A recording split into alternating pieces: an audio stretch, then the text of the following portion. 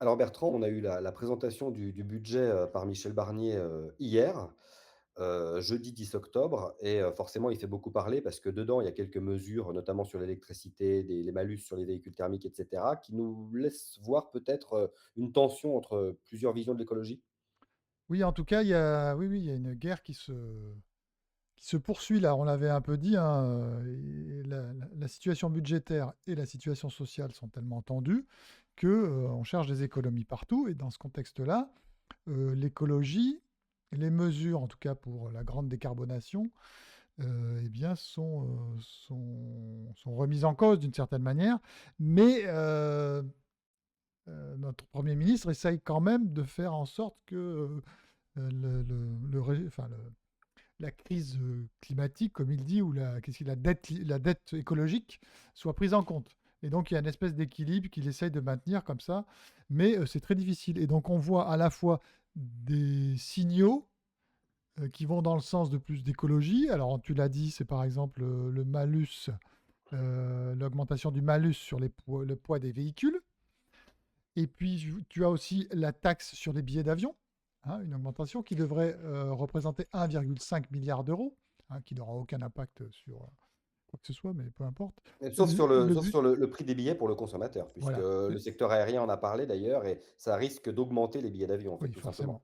forcément. Et ça rapportera du pognon. C'est l'objectif, en fait. C'est pas sauver la planète, puisque ça n'aura aucun impact. Mais tu as aussi, dans ce budget, des reculades qui se font qui se font voir. Et donc, tu as par exemple le gazole non routier. Tu sais, il devait être taxé. Tu sais, tu as des avantages fiscaux sur le gazole non routier, c'est-à-dire sur les gazoles utilisés par les agriculteurs. Et donc, tu as une telle colère des agriculteurs que là, ils ont renoncé. Et tu as d'ailleurs un article sur Reporter où tu as la responsable d'Action Climat, bien sûr, qui est très mécontente de ce relancement du gouvernement sur le gazole non routier. Donc tu vois des tensions entre les objectifs écologiques et les objectifs économiques et sociaux, en fait, et surtout budgétaires. Et donc, mais globalement, je dirais ça s'équilibre, tu vois, entre le plus d'écologie et le moins d'écologie. Donc, un partout, balle au centre, quoi. Et tu as quand même un truc qu'il faut aussi noter, qui n'a pas grand-chose à voir avec le budget.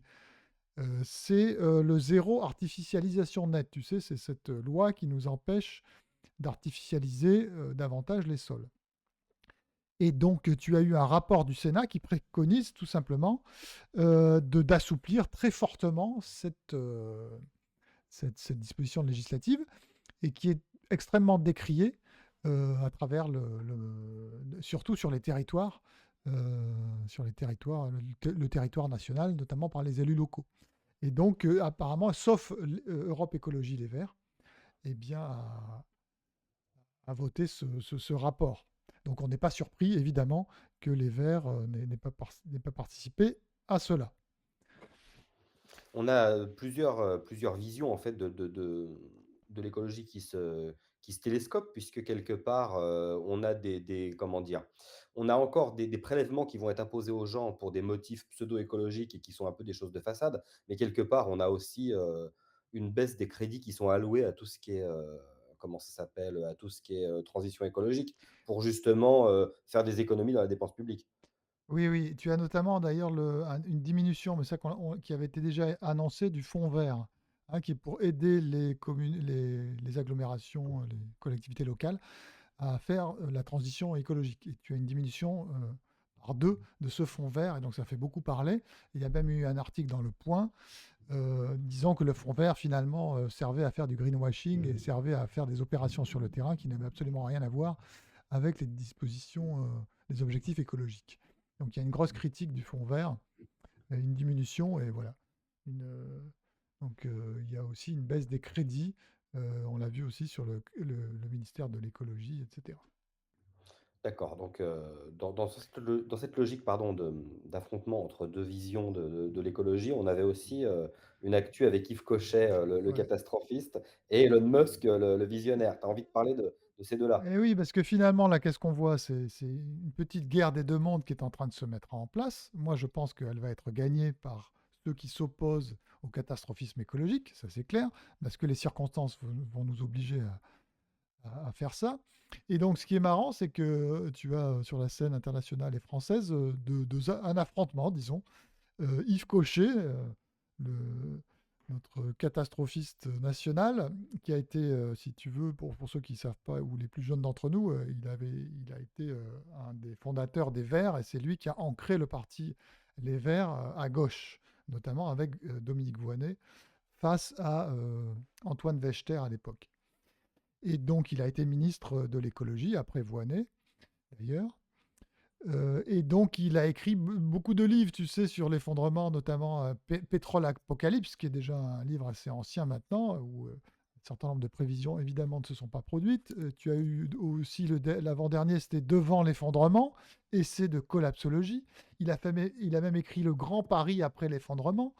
Et puis maintenant, il sort, ça s'est sorti en septembre, Précision sur la fin du monde. Voilà, donc il croit toujours à sa fin du monde liée aux ressources, aux problèmes écologiques, etc.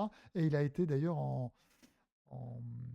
en débat avec Antoine Bueno sur les ondes, je crois, de France Inter, ou je ne sais plus quelle radio, je crois que c'est France Inter. Où il a fait un débat là-dessus, où il a défendu sa position. Mais ce qui est marrant, c'est que il, euh, il pointe du doigt Elon Musk qui, selon lui, a des projets totalement délirants. Et c'est là qu'on voit la guerre des deux mondes, finalement, entre les gens, ce que j'appelle les hommes qui rétrécissent, dont font partie Yves Cochet. Hein, ça vient du livre de Mattelsen, je ne sais plus comment il s'appelle exactement, L'homme qui rétrécit, je ne sais pas si tu as lu ça. Hein.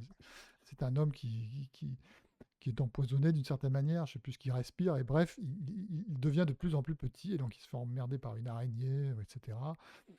Et puis voilà, donc c'est l'homme qui rétrécit, donc il est pris au piège du rétrécissement. Et en fait, les écologistes, c'est ça, les écologistes à la Jean Covici, ils sont pris dans le...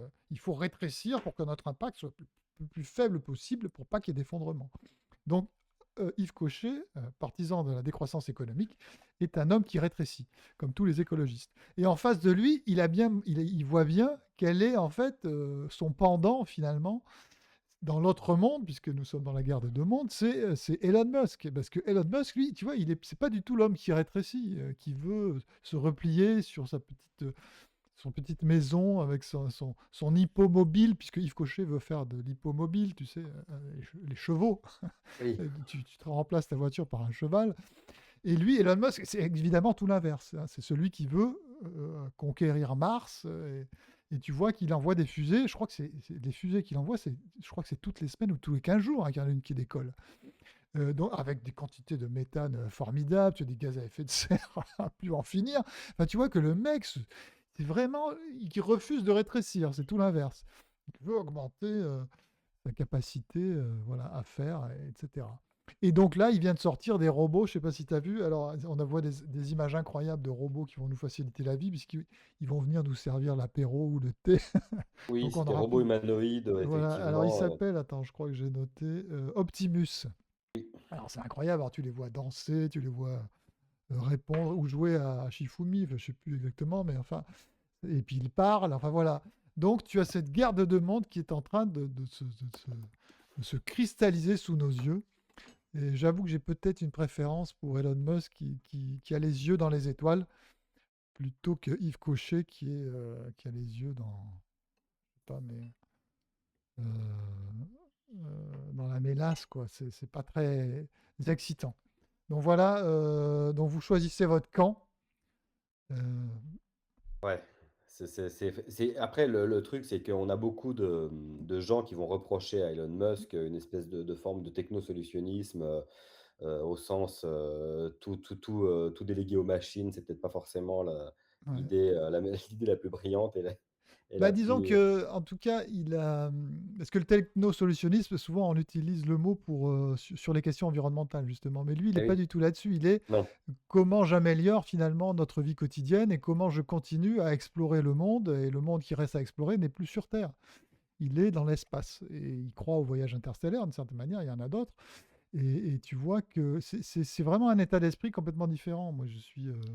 Et ça peut aller dans le même sens, remarque, hein, puisque c'est si la Terre est inhabitable à cause du catastrophisme écologique, prôné par Yves Cochet, peut-être qu'on devra s'en aller sur Mars, grâce à Elon Musk. Oui, sauf qu'on n'ira pas sur Mars, oui, avec des hippomobiles, ça c'est Bon. sûr. Et Donc, bah, ça, c'est une transition toute trouvée pour parler d'agriculture, peut-être? oui, c'est ça, parce que bon, les agriculteurs, tu as vu, sont révoltés là. Alors, tu vois qu'on a une période extrêmement humide. Alors, il se trouve que cette chaîne est assez vieille pour avoir connu la sécheresse. Parce qu'on avait commenté la même chose et on avait dit calmons-nous, les pluies vont revenir. Et ça, on avait été, comment dire, des pionniers hein, dans cette analyse, mais on ne s'est pas trompé, tu vois. Non, non. Mais alors là, la situation s'est complètement inversée. Alors évidemment, certains accusent toujours le changement climatique, parce que le changement climatique, c'est un synonyme de Dieu. Hein, il change, il fait et il défait. Et donc là, on est dans une période très très humide. Et donc ça pose tout un tas de problèmes aux agriculteurs. En plus des problèmes économiques qu'ils ont, il y a ça qui leur tombe sur le coin de la figure. Mais ça, c'est toujours des éléments avec lesquels ils ont appris à travailler finalement. Ça, c'est une constante de l'agriculture depuis la nuit des temps. C'est comment je me débrouille de la météo qui est capricieuse. Et il y a toujours des cycles dans la météo. Si tu lis Le Roi Ladurie, par exemple, le grand historien français qui a beaucoup écrit sur le climat, tu te rends compte, il y a des cycles à un moment donné, il y a 10 ans qui vont être très sèches ou très humides ou très froids, et donc ça va poser des problèmes économiques, ça va créer des révolutions. Enfin, tu vois, toujours ça en fait dans la paléoclimatologie, si tu étudies les histoires de l'homme, bah, c'est toujours comme ça. Et donc peut-être qu'on vit ces périodes, on aura peut-être connu 10 ans assez secs, puis peut-être qu'on va connaître 10 ans très humides. C'est possible. Ou ça va revenir l'an prochain, ça sera plus sec, ou on reviendra vers la moyenne et les normales, quoi.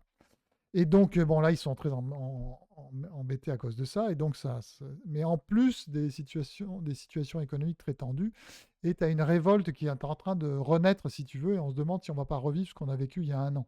Mais ce qui m'a surpris dans ce contexte, j'ai fait une petite vidéo qui a absolument pas marché sur les réseaux, mais on peut en parler quand même, c'est que quand même comment dire, le syndicat agricole, la coordination rurale, a tweeté effectivement et collabore avec Jean-Marc Jancovici. Et donc j'avais tweeté que la cabane est sur le chien, quoi. C'est-à-dire que maintenant, je dirais même qu'ils ont fait, c'est le cochon est dans le maïs, le cochon étant Jancovici, qui est rentré dans le domaine agricole. Et il est possible qu'ils détruisent tout, comme quand les sangliers vont dans les champs de maïs. Hein, parce que Jean Covici, c'est quand même le plus grand décroissant de France, celui qui veut mettre en place une décroissance de l'économie très organisée, très planifiée, c'est ça sa caractéristique.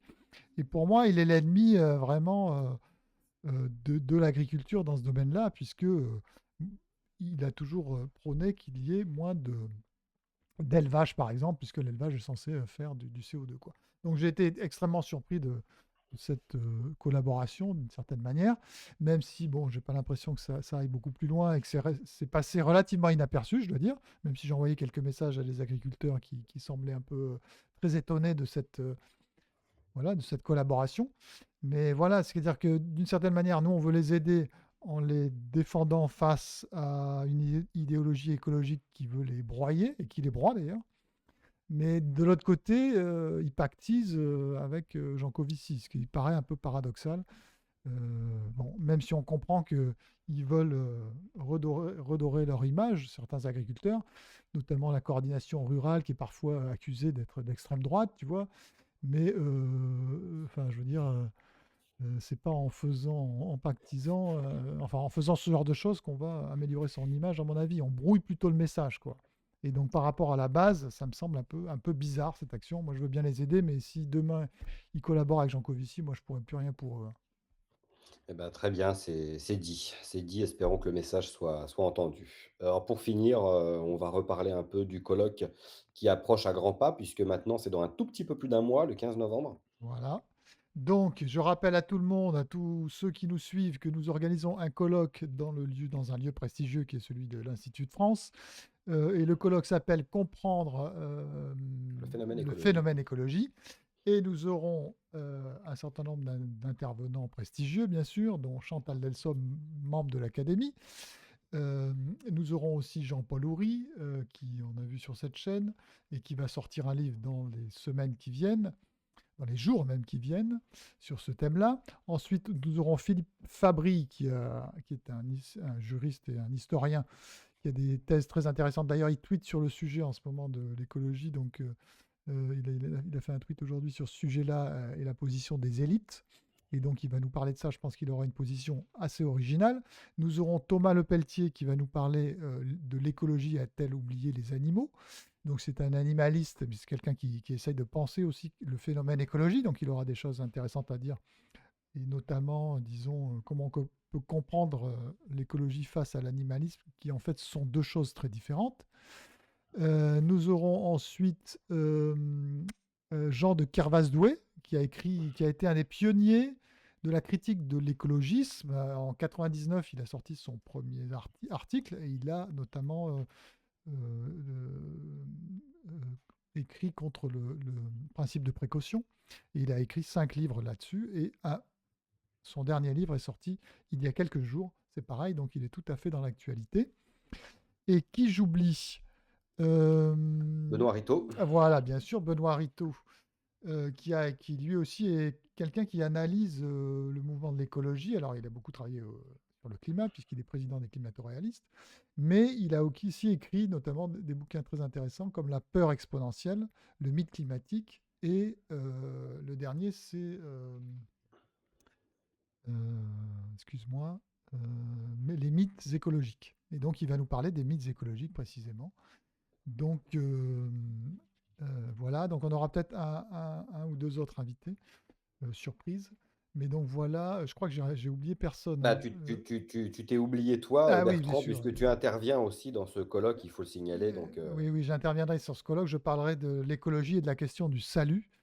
Et donc, puisque c'est un peu le thème de mon prochain livre aussi, qui est quasiment fini là, et qui sortira sans doute en 2025, enfin j'espère, et qui s'appellera, ou pas, selon les choix de l'éditeur, Comprendre l'incroyable écologie. Donc c'est une espèce de que sais-je sur l'écologie, et vous comprendrez tout, tout va s'éclairer. Mais si vous me suivez, vous savez un peu des choses dont je vais parler, mais c'est une synthèse en fait de ce que je raconte depuis quelques années. Alors j'ajouterais, à propos des intervenants que, plusieurs de ces intervenants ont déjà, comment dire, été reçus sur cette chaîne. On peut retrouver sur la chaîne d'Action Écologie, une interview de Jean-Paul Houry pour ceux qui ne le connaissent pas Mhm. et qui voudraient, le connaître. On peut retrouver Jean de Carvasdoué également Oui, et on avait également fait un live, avec Loïc Roussel et Thomas Lepelletier. Donc, voilà, c'est disponible sur la chaîne. voilà, donc effectivement, on les connaît, ce sont des Donc gens connus. voilà, donc n'hésitez pas pour ceux qui ne les connaissent pas encore à aller écouter un peu ce qu'ils ont à dire, ça vous donnera un aperçu, de la qualité de leurs travaux. Voilà, et il faut s'inscrire donc sur le lien que vous trouverez sur le site, sur notre site. Oui, on va mettre le lien dans la description également. Voilà. Donc, eh bien, venez nombreux et on va bien s'amuser. On va essayer de discuter tranquillement et de réfléchir un peu à ce phénomène écologie. Très bien, merci beaucoup Bah, Bertrand, de rien. À à très bientôt. bientôt.